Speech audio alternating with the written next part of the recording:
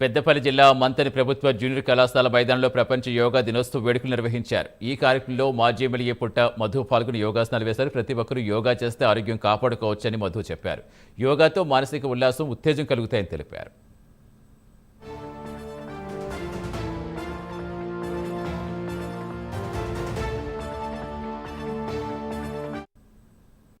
అయితే ప్రారంభమైందో ఆ ప్రారంభమైనటువంటి రోజు నిజంగా ప్రజలకు పెద్దగా అవసరం లేకుండే అని నేను భావిస్తున్నా.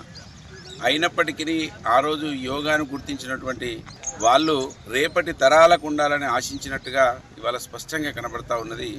ఈ కంప్యూటరీకరణలో తమ ఆరోగ్యాలను తమే ధ్వంసం చేసుకుంటా ఉన్నామనే విషయం మనకు స్పష్టంగా కనబడతా ఉన్నది.